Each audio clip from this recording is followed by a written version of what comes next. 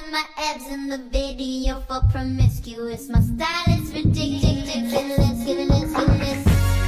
See us in the club. T'as peut-être vu le Good Mornings comme exercice recommandé pour développer ses fessiers. Et on va voir aujourd'hui les aspects positifs et négatifs. On va prendre des références anatomiques pour vraiment comprendre le mouvement et savoir si oui ou non c'est un exercice adapté pour prendre des fessiers. Si oui, pourquoi, et sinon, pourquoi. Je t'explique ça facilement et concrètement. Donc tout d'abord, le Good Morning, c'est un mouvement de flexion-extension de la hanche. Venir cibler principalement les ischio-jambiers, le biceps fémoral, le semi-tendineux et le semi-membraneux, le grand fessier et les érecteurs du rachis avec l'iliocostal, l'épineux et le long dorsal.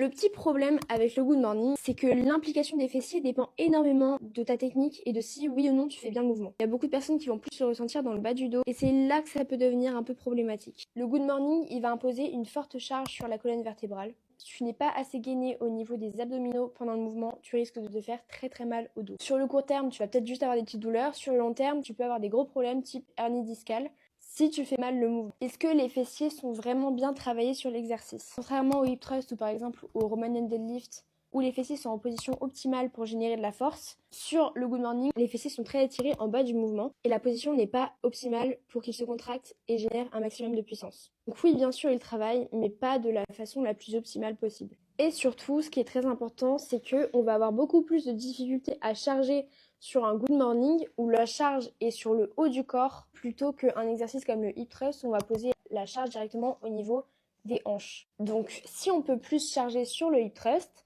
on va ajouter plus de tension mécanique. C'est un des stimuli essentiels pour l'hypertrophie musculaire. Donc je te recommanderais plutôt de partir sur du hip thrust, surtout si tu débutes et que tu ne veux pas te blesser. Commence vraiment avec des basiques très simples, accessibles. Comme ça, on ne prend pas de risques. Donc, si tu veux trouver des alternatives pour le Good Morning, je te recommanderais par exemple le hip thrust qui va te permettre de charger lourd et de limiter les douleurs au niveau du dos.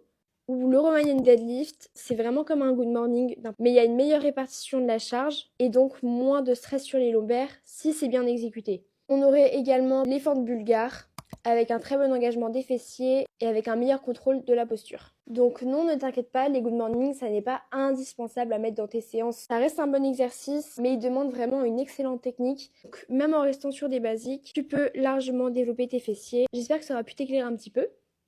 Bisous!